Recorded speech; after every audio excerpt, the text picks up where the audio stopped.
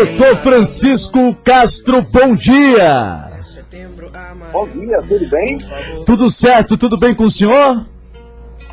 Tudo na paz. Para mim é um prazer e uma honra falar com vocês da Rádio Camará. Minha comunidade aí, por sinal. A honra é toda nossa, seja bem-vindo sempre nessa estreia, fazendo como estreia hoje o programa.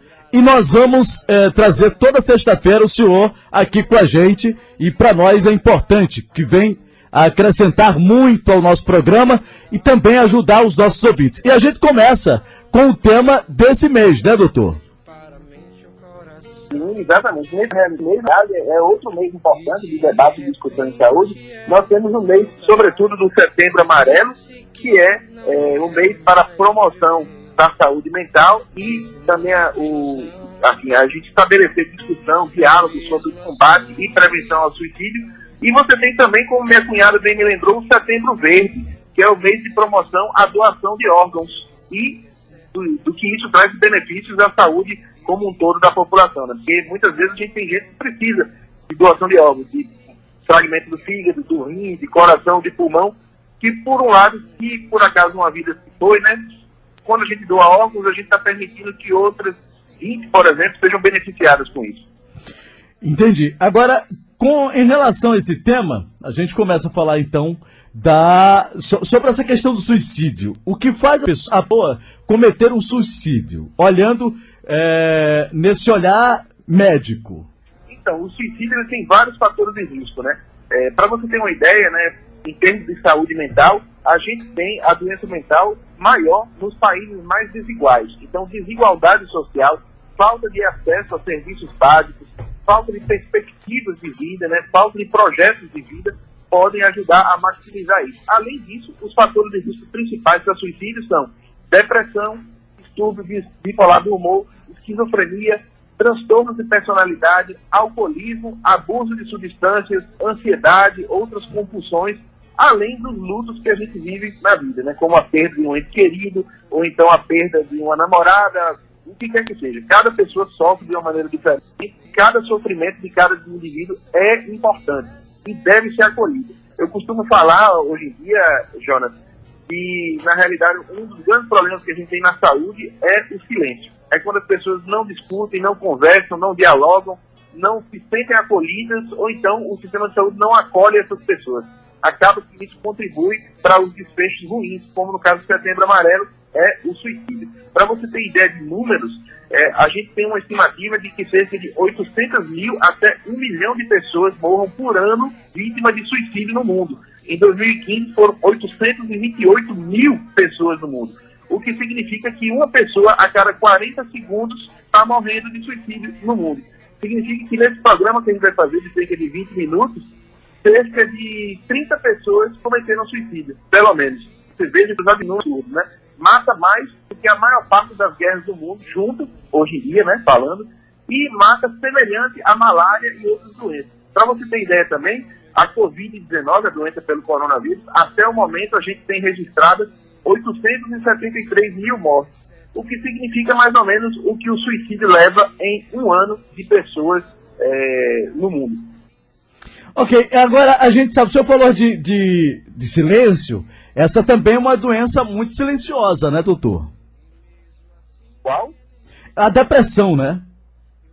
Com certeza. Na realidade, apesar de ser uma doença silenciosa, é uma doença que acomete entre 5% a 20% da população de determinada região durante a vida. Então, normalmente é uma doença que é estigmatizada, né, sofre um certo preconceito, e esse preconceito, até mesmo entre jovens e adolescentes, o bullying que se relaciona a isso, contribui ainda mais para piorar a situação e para maximizar o potencial suicida de ideações suicidas decorrentes disso. É uma doença silenciosa em que a pessoa tende a se recolher e a sofrer por si só, no lugar de buscar ajuda. E muitas vezes, quando a gente tem um sistema de saúde desigual e deficiente, que apesar de todos os avanços que nós temos ainda sobretudo no quesito de saúde mental, sobretudo em cidades pequenas do interior, a gente não consegue acolher essas pessoas antes que elas percam atividade na vida dela e também se vejam sem perspectivas e tentem ou cometam suicídio. Para você ver, em relação ao suicídio, né, a gente tem mais de 800 mil mortes por suicídio por ano no mundo. E existe uma estimativa, Jonas, de que a cada suicídio cometido com sucesso, tem outras 20 tentativas de não consumar o ato. Ou seja, é um número bastante expressivo em que a gente precisa acolher essas pessoas com essas necessidades e combater esse desfecho trágico. Ô, doutor, quais os sintomas mais comuns da depressão? Olha, os sintomas mais comuns da depressão é a pessoa ter um humor depressivo, porque só aquela pessoa que está sem ânimo, está sem coragem de fazer as coisas, não sente mais prazer nas coisas que fazia no dia a dia, com uma sensação de baixa autoestima constante, né? Falta de interesse em atividades que normalmente tinha interesse antes, falta de energia, dores sem causa definida, perturbações do sono, alterações também do padrão alimentar da pessoa, retraimento social, chorar mais e com mais frequência, né? Ter pensamentos ruins constantemente, então suicidas, ou seja, a pessoa pensar em tirar a vida. Tirar a vida é algo definitivo, algo trágico e sem volta, né? Então, é algo totalmente contra a natureza da felicidade, da harmonia na saúde da pessoa. Então, quando a pessoa sequer pensa, cogita essa possibilidade, já existe aí um sinal de alerta, um sinal amarelo que a gente deve ligar para prestar atenção nisso daí. Além disso, tem também tentativa de suicídio e comportamentos autodestrutivos, como aquele jovem que se fere, ou aquele jovem que busca excessivamente o risco, aquele adulto que busca o risco. Inclusive no trânsito, Jonas, a gente vê muito esse comportamento, né? Gente que busca o risco no lugar de preservar a sua vida e a sua integridade. Retardo psicomotor e lentificação, ou seja, a pessoa que tinha um determinado padrão de atividade, de repente fica mais lentificada, com menos vontade e disposição para fazer as coisas. Ou, pelo contrário, a agitação fora do normal também tem a ver com isso. Existe uma miríade, uma série de outros sintomas e sinais mesmo que a gente considera para diagnosticar a depressão maior. E você tem que lembrar que você tem depressão por si só, é a manifestação do humor da pessoa. E, por exemplo, quando a pessoa perde um ente querido e está num período de luto, um humor depressivo, a depressão pode ser algo transitório e normal. Porém, se aquilo ali se prolonga e compromete o cotidiano da pessoa, aí você já tem uma situação médica que exige acolhimento e tratamento. No início, o tratamento, por exemplo, tem bastante sucesso com psicoterapia, quando você aborda, acolhe no início, no momento ideal. No entanto, mais adiante, quando a doença avança um pouco, você vai precisar lançar mão de medicamentos como os antidepressivos. Mas para você ter ideia, os critérios diagnósticos que a gente tem, os sintomas que a gente tem mais comumente, são pelo menos esses próximos, né? Desânimo na maior parte dos dias, né?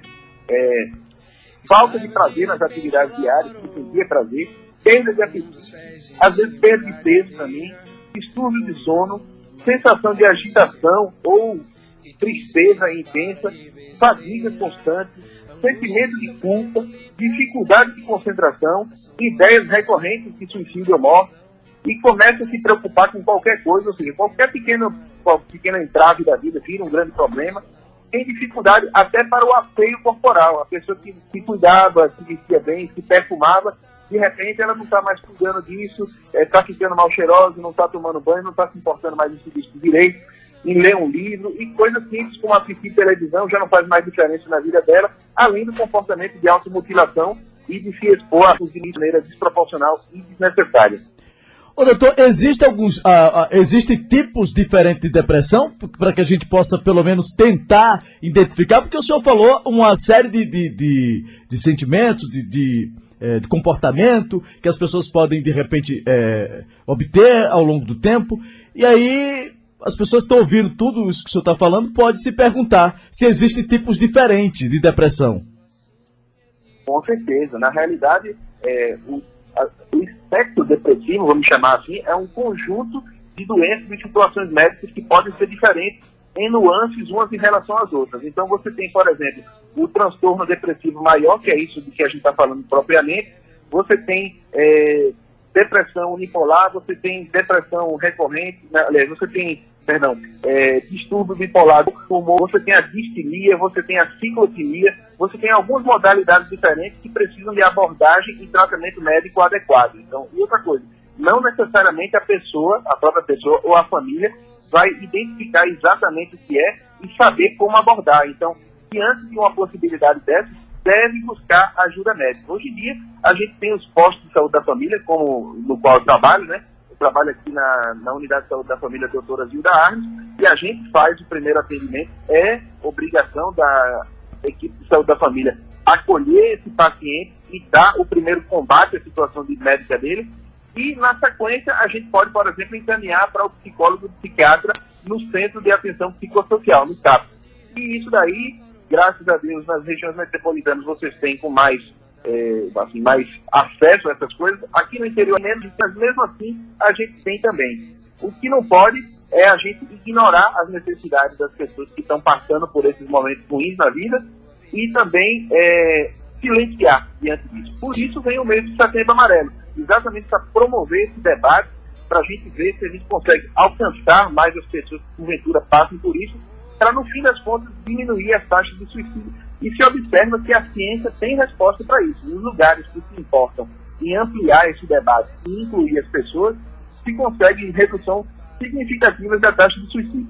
Tanto é que alguns países que tinham taxas de suicídio bastante expressivas conseguiram diminuir, já países com mais desigualdade social e dificuldade de acesso aos serviços básicos de vida, inclusive de saúde, têm mais dificuldades nesse sentido.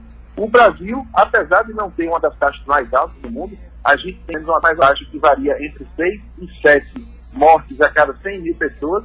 Como a gente tem uma população grande, em números absolutos, a gente está na 8ª posição, para você ver, Jonas. A gente tem cerca de 13 mil suicídios por ano aqui no Brasil, o que significa que talvez seja um suicídio, ou talvez um suicídio a cada 45, 60 minutos. Então, nessa hora aqui, entre 9 e 10 horas, provavelmente, infelizmente, uma pessoa suicidou no Brasil. Para você ver como a coisa é de um alcance impressionante. É preocupante também. Doutor, o senhor está falando de Barra do Rio Grande, é o interior da Bahia, né? Sim, Barra do Rio Grande, para você ter ideia, já foi parte da capitania de Pernambuco. Mas a partir das revoluções pernambucanas da Confederação do Equador, o Pernambuco foi dividido, né, esparcelado, e aí a parte oeste do Rio São Francisco veio para a Bahia. Então, Barra do Rio Grande é Bahia, fala aqui do interior da Bahia. Lembrando também uma coisa interessante é que boa parte dos suicídios no mundo ocorrem em determinadas faixas etárias, sobretudo. Eles ocorrem mais nos homens, ocorrem sobretudo acima dos 70 anos e entre os jovens e adultos jovens, entre os 15 e 30 anos. E apesar de nos últimos 30 anos a gente ter conseguido reduzir proporcionalmente em relação ao tamanho da população o suicídio no mundo, ele vem aumentando de maneira expressiva, sobretudo nos adolescentes, aumentando 24% a 30%, por exemplo, aqui no Brasil, dependendo da região, Luiz, ou Jonas, por vários motivos, entre eles por conta de bullying, por conta da internet e o lado ruim da internet, né, por exemplo, com aquelas brincadeiras inconsequentes de estimular ou facilitar, ou de maneira que é mais fácil praticar suicídio, ou estimular a automutilação por aqueles programas de internet, pelo WhatsApp ou pelo Facebook, e essas coisas, infelizmente, têm aumentado a taxa entre os jovens. Fora o fato também de, vamos dizer assim, o surgimento e o crescimento de um sentimento moralista na população também não ajuda muito, porque a adolescência e a idade de adulto jovem já é naturalmente uma idade de conflitos, onde a pessoa, da criança ou do adolescente, está buscando se situar no mundo. Então, quando você se vê cerceado de liberdades, ou como se você estivesse sendo observado e apontado a todo momento, muito provavelmente aquilo ali contribui para ideias negativas na sua cabeça, para uma conjuntura mental ruim e para ideações suicidas. Doutor Francisco Castro, a partir de agora, o nosso contato toda sexta-feira, sempre às 2 da manhã. Eu quero agradecer ao senhor, a sua participação no programa de hoje. Fique à vontade para suas considerações finais aqui no nosso Repórter Camará, doutor. Estamos juntos. Para mim é uma honra. Falando em Repórter Camará, minha mãe mora em Camaragibe, em Aldeia, e eu sou do Recife, apesar de estar aqui no interior da Bahia. Minha filha também vai nascer aí no Recife agora em setembro, então um abraço, um beijo para minha esposa, para minha família, a cunhada e minha mãe e meu irmão, e dizer que todos esses momentos que a gente via, por exemplo, o Setembro Amarelo, apesar de a gente já ter essa situação de suicídio, depressão e problemas de saúde mental há décadas, talvez, há décadas não, né, há séculos, né, desde que o ser humano tem os seus conflitos internos, o Setembro Amarelo vem aqui no Brasil em campanha desde 2015, e crescendo a cada ano. E é isso que a gente deve fazer, o diálogo, né, as informações, a educação em saúde são amigas da saúde, do bem-estar e da promoção em saúde. Então, muito importante momentos como o seu programa, para a gente tentar promover a saúde e a educação em saúde. E as pessoas que se sentirem com necessidades em saúde que não estão sendo correspondidas, devem procurar esses canais para se informar e devem procurar as equipes de saúde da família de sua área de moradia. Lembrando que o SUS, o nosso Sistema Único de Saúde, graças ao bom Deus e a muito esforço, muita luta, ele consegue abordar, acolher e tratar uma boa parte, se não a maior parte desses problemas. Então, a pessoa deve buscar, não deve ficar recolhida em sua casa em silêncio, deve buscar ajuda, porque mesmo que você sinta que não tem perspectiva, que não tem solução, tem sim, e a pessoa melhora.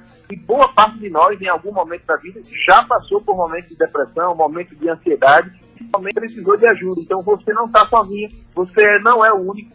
Busque ajuda, que a sua situação pode melhorar e você voltar a sentir prazer na vida e voltar a querer fazer aquelas coisas que você fazia antes. Viu? Então, um abraço aqui de Barra da Bahia e estamos juntos sempre que vocês precisarem. Um forte abraço até sexta-feira, então. Até sexta-feira. Bom dia aí para vocês, bom programa. Um abraço. Um abraço pro senhor. Bom feriadão. 9h22, falei aqui com o Dr. Francisco Castro, direto da Bahia, falando com a gente.